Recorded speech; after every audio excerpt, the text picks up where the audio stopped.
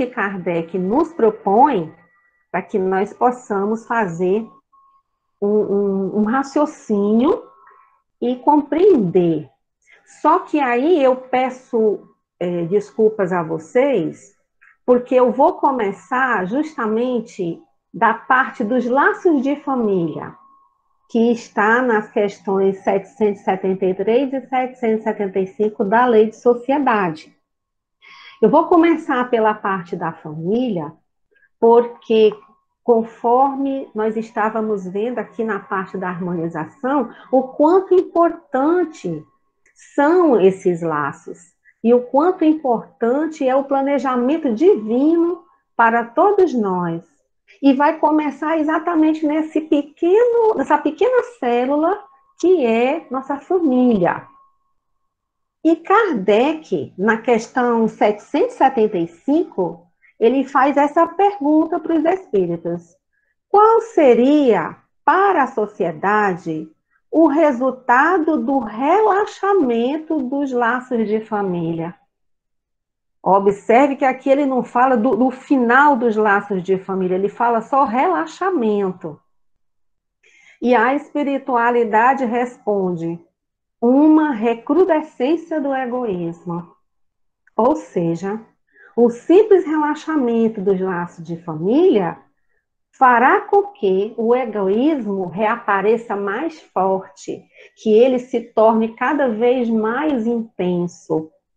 Porque no egoísmo nós ficamos presos, ficamos ali amarrados num conceito de família consanguínea, excluindo outras pessoas que poderiam chegar até nós pela afinidade espiritual. Realmente não temos como avaliar o trabalho que a espiritualidade tem. Então, nós fomos lá no Evangelho segundo o Espiritismo, no capítulo 14, onde tem aquela parte da parentela corporal e da parentela espiritual. Porque aí Kardec nos explica, abre aspas, os que encarnam em uma mesma família, sobretudo como parentes mais próximos, são, as mais das vezes, espíritos simpáticos. Olha que maravilha, as mais das vezes são espíritos simpáticos ligados por anteriores relações, que se expressam por uma afeição recíproca na vida terrena. Mas também pode acontecer, sejam completamente estranhos uns aos outros esses espíritos. E aí, eles são afastados entre si pelas antipatias anteriores, que se traduzem na Terra por um mútuo antagonismo. E aí lhes serve de provação. Então, não são os da consanguinidade os verdadeiros laços de família, e sim os da simpatia, da comunhão de ideias, os quais prendem os espíritos antes, durante e depois da encarnação. Fecha aspas. Olha que maravilha, meus amigos, o conceito que Kardec nos traz.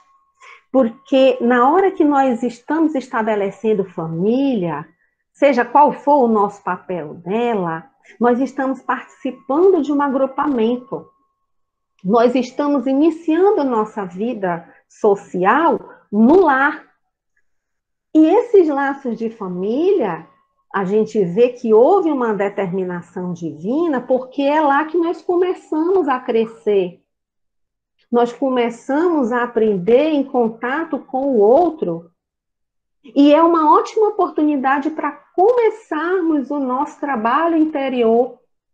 Porque Ney Prieto Pérez, no Manual Prático do Espírito, ele fala que é através da convivência é possível nós fazermos autoanálises sobre nós, sobre os que estão ao redor de nós, de forma que eles nos ajudem a nos compreendermos melhor.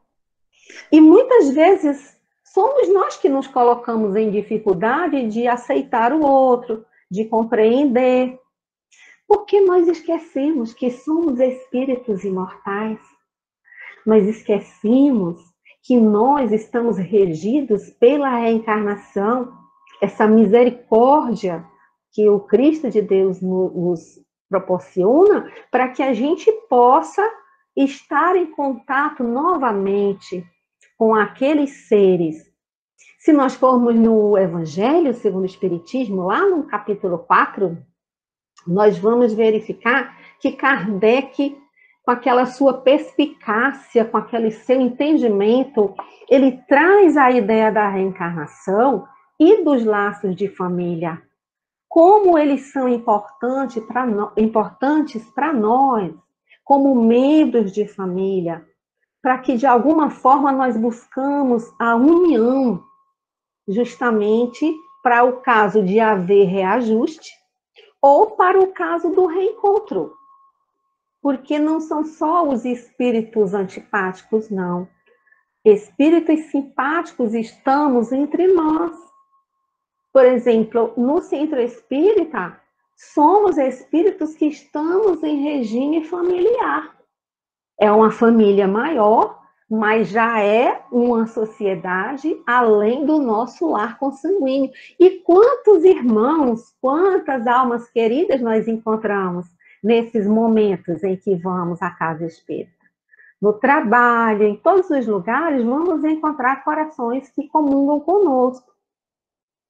Então, na questão 777, que Kardec vai falar, aliás, desculpa, 774, ele vai falar que o homem, ele tem mais alguma coisa do que os animais. Porque ele pergunta aos espíritos, há pessoas que, do fato de os animais, ao cabo de certo tempo, abandonarem suas crias, deduzem não serem os laços de família entre os homens, mais do que resultado de costumes sociais, e não efeito de uma lei da natureza. O que devemos pensar a esse respeito? Olha só, aí os espíritos vão dizer assim, há no homem alguma coisa a mais, além das necessidades físicas.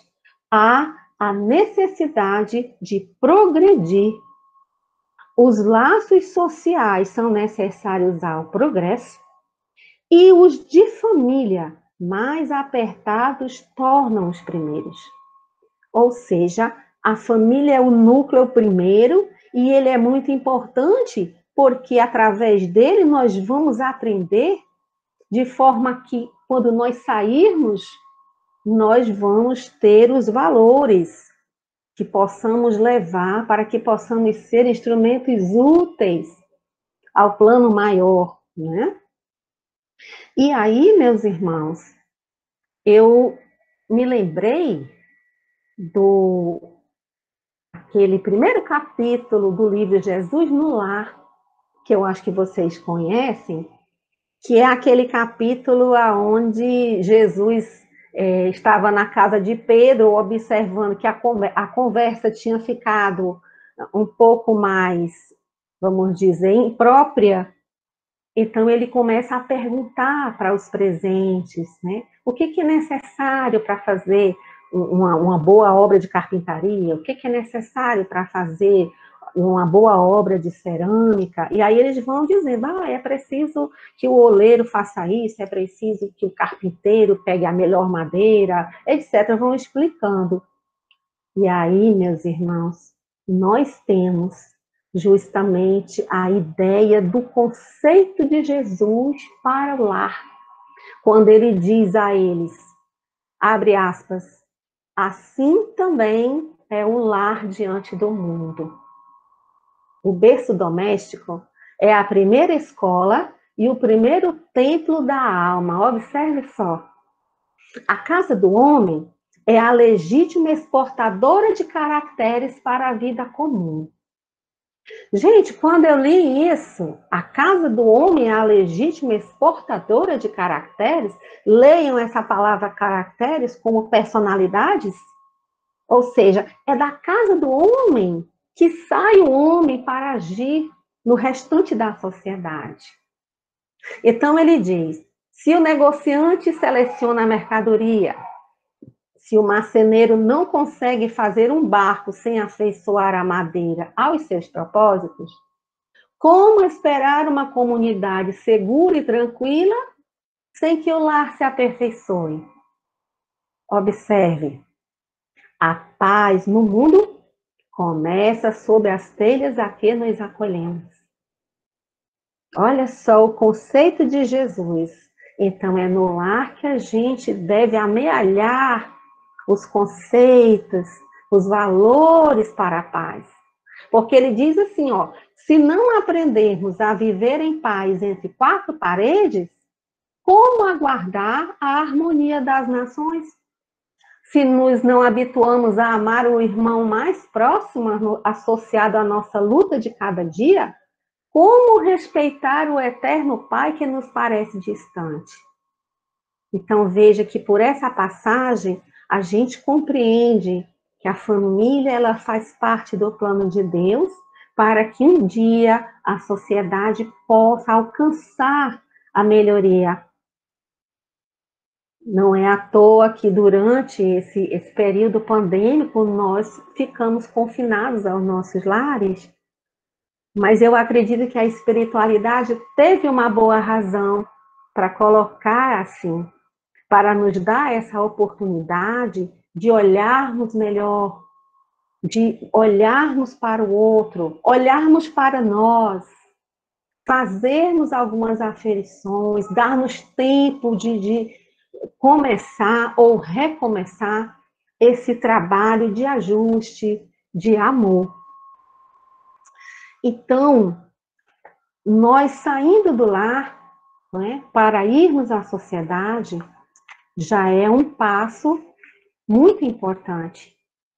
Porque quando nós olhamos na questão 766, que é a necessidade da vida social, nós vemos a pergunta de Kardec, olha, muito coerente. A vida social está em a natureza? E aí o espírito fala, certamente. Olha aí o advérbio dele, certamente. Deus fez o homem para viver em sociedade. Ou seja, existe um projeto para nós realmente de nós estarmos em companhia de outros. Não lhe deu inutilmente a palavra e as outras faculdades necessárias à vida de relação. Então, nós percebemos que nós fomos equipados para isso, meus amigos.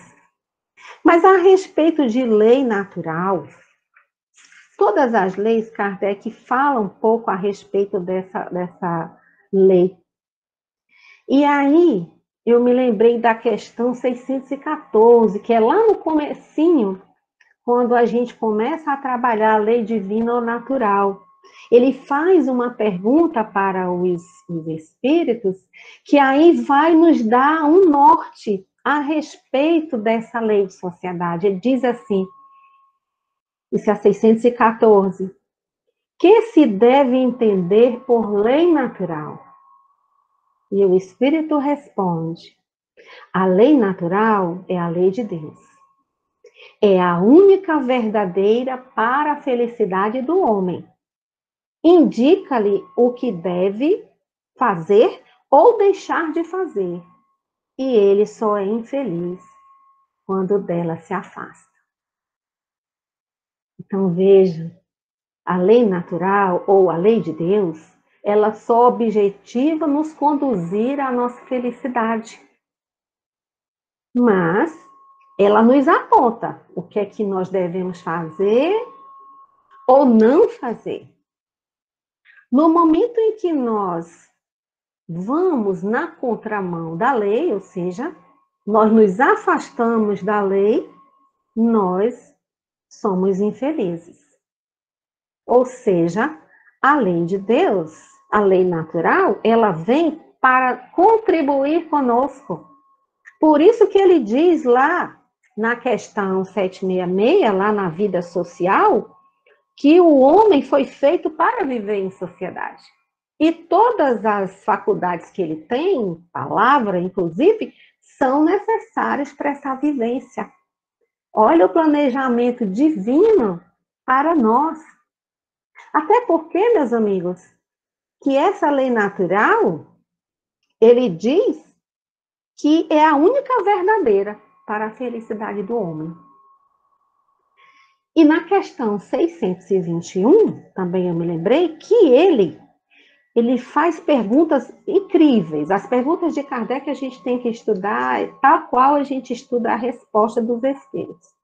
Ele pergunta para o espírito: onde está escrita a lei de Deus? O espírito responde: na consciência. Aí na letra A, ele pergunta: visto que o homem traz na sua consciência a lei de Deus, que necessidade havia de lhe ser ela revelada? Aí o Espírito diz: ele a esquecera e desprezara. Quis então Deus que lhe fosse lembrada. Então veja a sabedoria do plano espiritual de colocar aqui no livro dos Espíritos todas essas leis, junto com tantos ensinamentos que nós temos.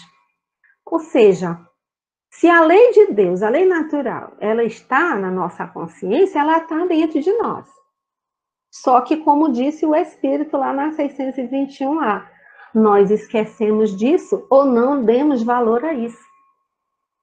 Então, nós vemos que aí, segundo o nosso nível de maturidade, nós vamos seguindo caminhos mais ou menos felizes, dependendo do efeito que for regido pela consciência de cada um. É um processo interior. Assim como fala Jesus que o reino de Deus não vem com aparências exteriores.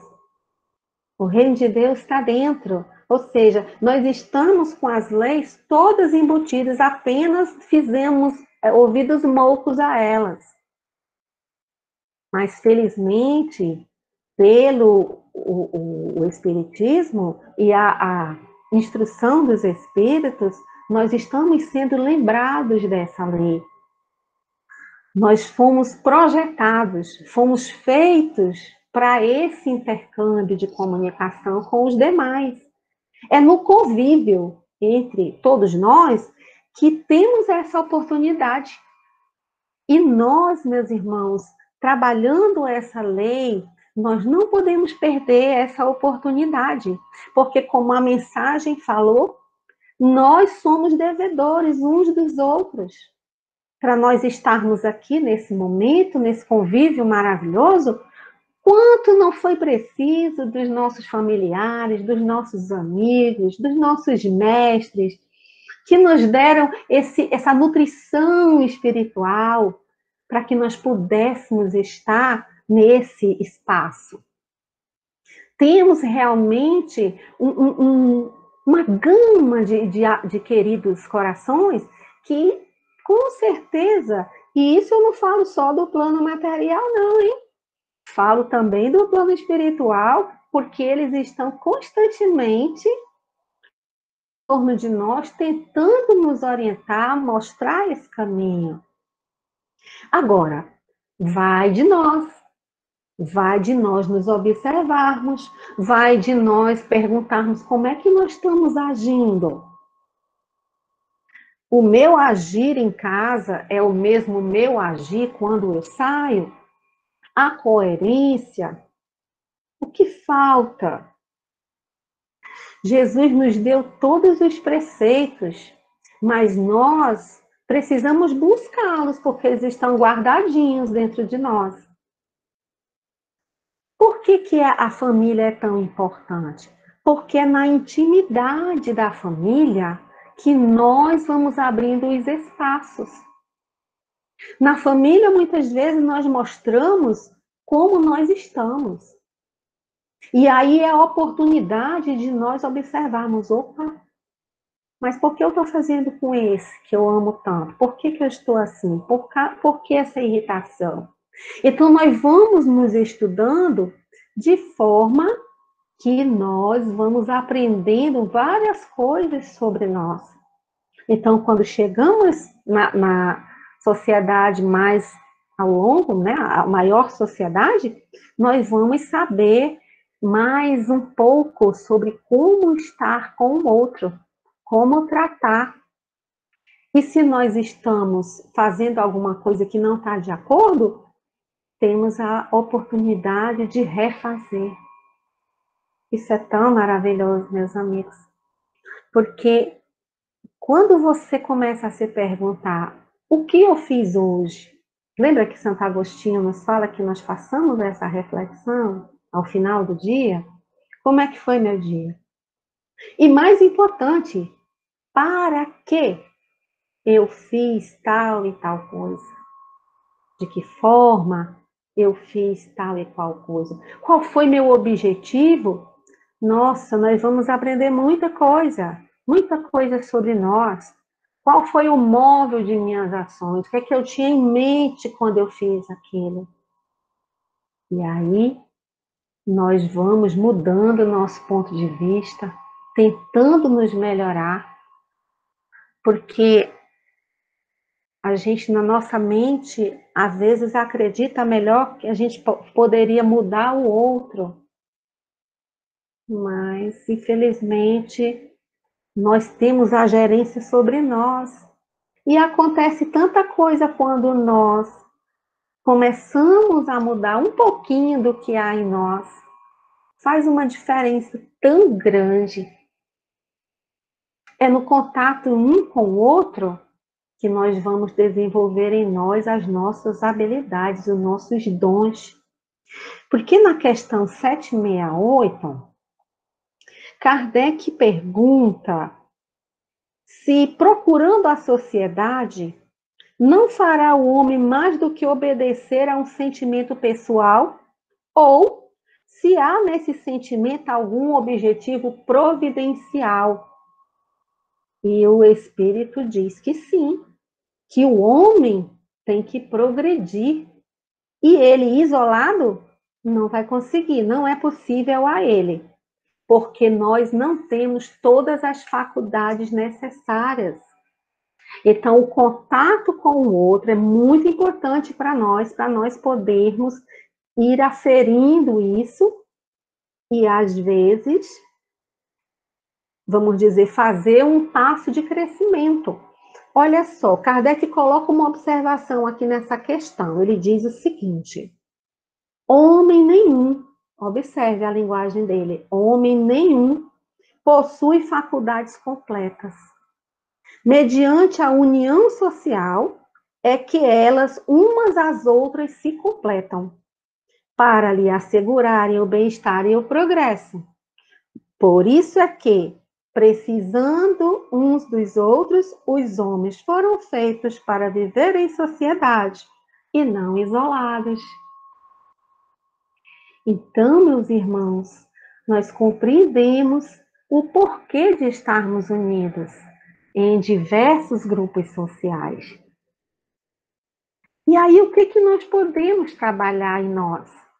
Podemos trabalhar para melhorar nossa compreensão a respeito do que acontece, a respeito do outro, porque, na realidade, compreender não significa ser conivente, não significa concordar com o que o outro faz. Mas você observando como é a visão dele da vida, como é o entorno familiar daquele cidadão, o que tem nele, será que você, no lugar dele, do jeito que ele se apresenta, não faria a mesma coisa? Ou talvez pior? Então, nós, nesse apercebimento do outro, nós vamos ficando mais sensíveis, porque nós vamos vendo que cada um tem valores diferentes, né? Muitas vezes ficamos chateados com a ação do outro, e aí a gente fica naquela vontade de dizer as verdades. Não sei se acontece com vocês. Comigo acontece, eu vou falar a verdade. Mas aquela verdade é o momento de eu falar? Será? O que eu vou dizer a ele? Será que a minha palavra que Deus me deu, como está aqui na questão, né? Na 766, ela me deu para a vida social, será que eu vou, com a minha palavra, fazer algum dano? Será que eu devo aproveitar um momento mais propício? Ou seja, você vai começando a dosar as suas reações. Vai começando a melhorar o teu olhar para o outro. Vai começando devagarzinho, porque isso tudo que a gente vê aqui, que Kardec coloca, é processo, né? Estamos em construção, estamos em processo de melhoria. Então, como é que eu me apresento?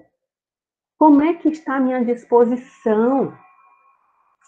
Olha que coisa interessante, meus amigos. Agora me lembrei uma história, rapidamente, só para ilustrar. Agora, recentemente, um dos grupos que eu estava, eu ouvi essa história de um rapaz do Rio, que ele é soldado e ele tem um amigo que é soldado. Mas ele é um soldado, assim, vamos dizer, de uma inteligência excepcional. Ele entende de muitas coisas, faz muitas coisas ao mesmo tempo. Só que quando ele conheceu esse rapaz, ele observou que ele tinha um lado que ele batia, mas não dava certo. Ele não tinha o feeling para as situações do lado humano. Ele via sempre o lado, vamos dizer assim, mais material. Então, se fosse idoso, se fosse referente a pessoas com deficiência, ele era radical. Então, ele falava coisas tipo assim: idoso é para dar um remédio e matar. E ele dizia: meu irmão, por que você está falando isso? Ah, porque aí tinha mais dinheiro, a Previdência, ia ajudar mais o país, ia ficar um peso menor. Ah, entende? Ele tinha um pensamento distorcido.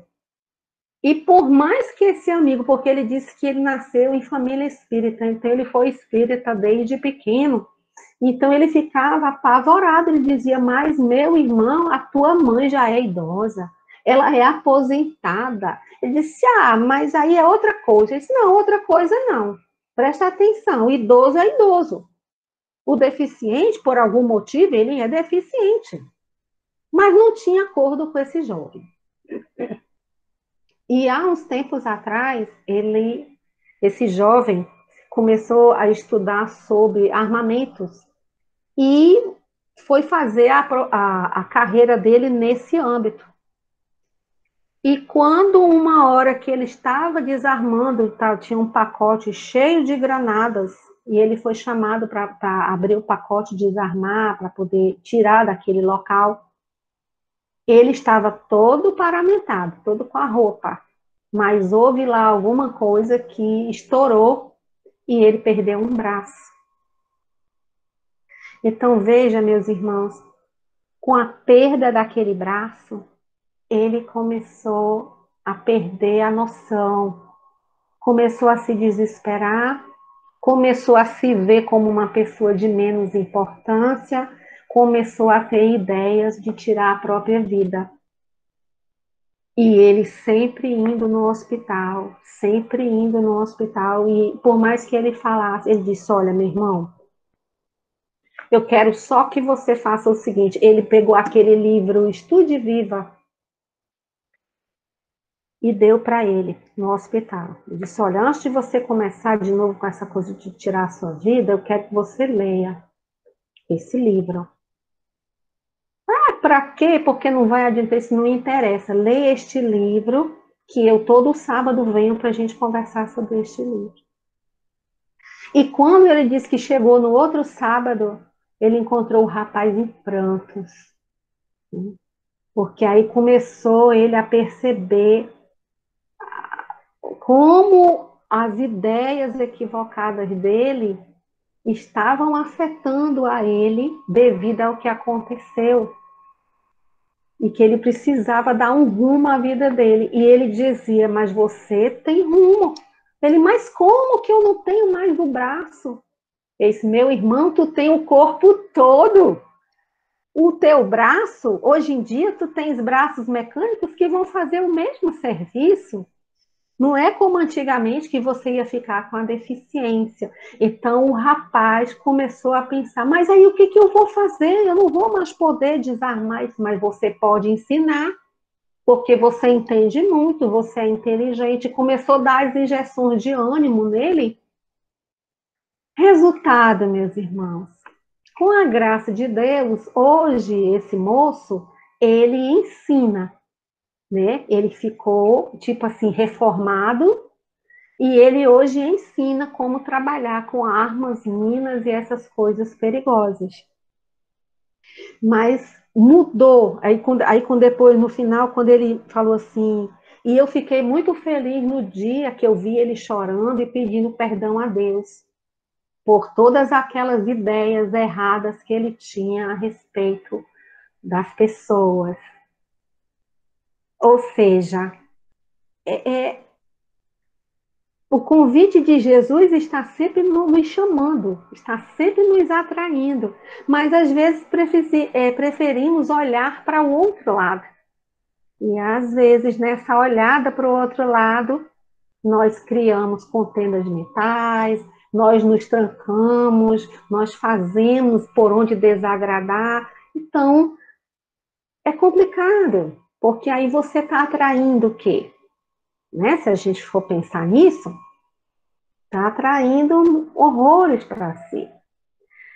E aí, Kardec, nas questões 769 a 772, ele vem trabalhar a questão do isolamento, a questão do distanciamento social, o voto de silêncio, né? Mas aí, meus irmãos, observemos Jesus. Se nós observarmos nosso mestre no Evangelho, nós vamos ver que ele viveu em sociedade, ele viveu no grupo, ele viveu com o grupo particular dos discípulos dele, ele tinha família, ele conversava com as pessoas, mas a maioria das vezes ele trazia a pessoa a refletir.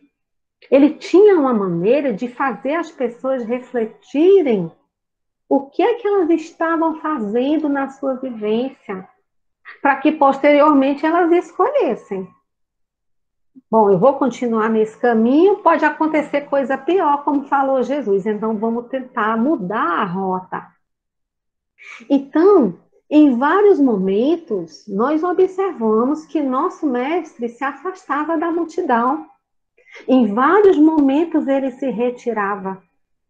Só que não era um isolamento proposital, não era um distanciamento como quem não quer saber o que está acontecendo, não era nem um voto de silêncio, porque ele sabia do que ele tinha que ajudar a humanidade, né? Então, ele deixava um pouquinho a humanidade, mas para desfrutar a companhia do Pai, para ouvi-lo, para falar com ele, dialogar, fazer a sua autorreflexão, meditar a respeito daquelas situações. Vocês imaginem Jesus com todas as habilidades que ele tinha, bastando estar presente naquela multidão para saber as necessidades, ouvir os pensamentos de cada um.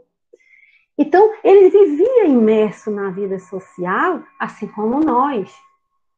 Mas ele tinha os seus momentos em que ele saía e ele ia ficar a sós com Deus. Então, isso para nós, trazendo para a nossa vivência, é muito importante. Porque existem momentos na nossa vida que nós precisamos, especialmente quem trabalha com o público, quem trabalha com o outro, é muito necessário, porque o contato das vibrações, dependendo de com quem nós estamos, nós vamos sentir de alguma forma. Então, aqueles momentos em que nós nos retiramos para fazer nossa oração, para ler uma mensagem, né? Para orar antes de dormir, orar ao levantar. E não são de ouvir dizer, meus queridos. São experiências maravilhosas que nós aurimos em contato com esses espíritos elevados, esses amigos espirituais que estão ao nosso redor, sempre nos lembrando os recados de Jesus. Então, Kardec, na questão 771, ele diz assim: o que pensar dos que fogem do mundo para se voltarem ao mistério de socorrer os desgraçados? O Espírito responde: esses se elevam rebaixando. Tem duplo mérito de se colocarem acima dos gozos materiais e de fazerem o bem, obedecendo à lei do trabalho. Olha só. Então, aí, quando você busca um local mais solitário para socorrer uma situação, está tudo ok, está tudo certo. Uma outra situação que Kardec também coloca é a 771A, né? Que ele fala que certos trabalhos, deixa eu ver aqui, e dos que buscam o retiro e a tranquilidade que certos trabalhos reclamam. Aí o espírito responde: isso não é retraimento absoluto do egoísta. Esses não se isolam da sociedade, porquanto para ela trabalham. E aí nós lembramos, meus irmãos, do nosso codificador, que para trabalhar na sua obra Evangelho segundo o Espiritismo, foi levado a um local mais tranquilo, uma praia, para que ele ficasse realmente só no sentido material, mas envolvido pelos espíritos que estavam comandando a obra.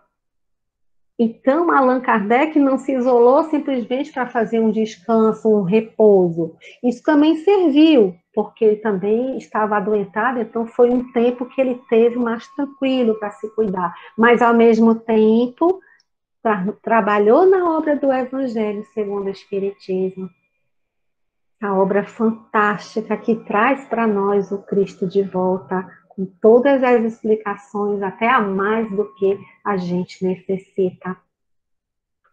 Então, meus irmãos, não façamos como o rapaz que encontrou a gruta do destino. Tenhamos uma outra perspectiva. Essa história da gruta do destino, não sei se vocês conhecem, a história do Zantur, que era um homem do Oriente, e ele ia à mesquita fazer as preces, só que ele não era muito 100% não. Quando ele chega na mesquita, tem um mendigo sentado, aí ele pega uma moedinha, joga. Quando o mendigo pega a moeda, que ele olha, aí ele diz: ah, olhe, eu sou um espírito elevado. Eu estou aqui para verificar os homens que passam. Você gostaria de alterar seu destino? Ele, mas como assim? Aí o homem disse a ele: eu vou lhe dar uma borracha e um lápis. Vou colocar você dentro da gruta do destino, onde está o livro da vida. E nesse livro, você vai fazer a alteração que você quiser na sua vida, porque vai estar escrito lá. Você pega a borracha, apaga e com essa caneta você reescreve o seu destino. Olha que oportunidade fantástica. E aí, num piscar de olhos, ele se viu dentro daquela gruta maravilhosa e o Senhor colocou a ampulheta para ele e disse: olha, são 5 minutos, nem um minuto a mais, nem um minuto a menos. E desapareceu. E aí ele abriu o livro da vida, quando ele abriu, ele deu com o nome de Abdul Salim, uma coisa assim. E esse Abdul tinha sido um juiz que tinha condenado Zantur a 4 anos de prisão por uma coisa negativa que ele tinha feito. Só que ele ficou com raiva do juiz. Aí o que ele fez? Pegou a borracha, apagou tudo que estava de bom destinado para o juiz e colocou lá na maneira dele coisas negativas. E foi passando o livro, que só tinha 5 minutos, quando mais na frente ele encontrou o nome da Samira. Samira tinha sido uma moça que ele tinha gostado muito, mas ela não deu certo ficar com ele. Desmancharam e ele ficou muito magoado com Samira. Pegou lá, apagou o que estava de bom para ela e colocou lá do seu jeito as coisas negativas. Quando ele chegou no nome dele, que ele viu que já estava o livro, já estava constando toda a negatividade que ele tinha feito, já estava vendo ali os desdobramentos. Aí ele, quando ele pegou a borracha para apagar, acabou-se o tempo dele. E aí, meus irmãos, que ele se viu fora da gruta, fora da mesquita, a solução só foi chorar. Porque essas oportunidades que a vida nos traz, muitas vezes, nós podemos destruí-las, justamente por causa das nossas tolices, por causa da nossa falta de vigilância, da nossa falta de tino. Mas a vida, para nós, com a sociedade, ela é um plano divino para nós, meus queridos. O plano espiritual não teria nos colocado juntos sem um propósito. Então, no mundo aonde nós estamos hoje, aonde percebemos o desespero nos corações, com tantas lágrimas para serem enxugadas, com tantas pessoas que solicitam só o nosso ouvido para poder desabafar, ou ouvir uma palavra de carinho, ou ouvir uma palavra de esperança, o nosso papel como aprendizes do Evangelho nos chama para que seja na micro família ou na macro, o local onde nós possamos florescer, debaixo dos ensinamentos de Jesus. Eu quero agradecer muito a paciência de vocês, dizer da minha alegria de estar aqui hoje junto e pedir ao Regilson que coloque aquele filmezinho que eu passei para ti, porque são os pequenos atos. Às vezes a gente fica pensando que são grandes coisas que temos que fazer. Não, são pequenos atos que aos pouquinhos vão modificando o nosso interior com Jesus. Tá bom? Aí, Regis, se você puder passar, que eu achei muito interessante, mostrando.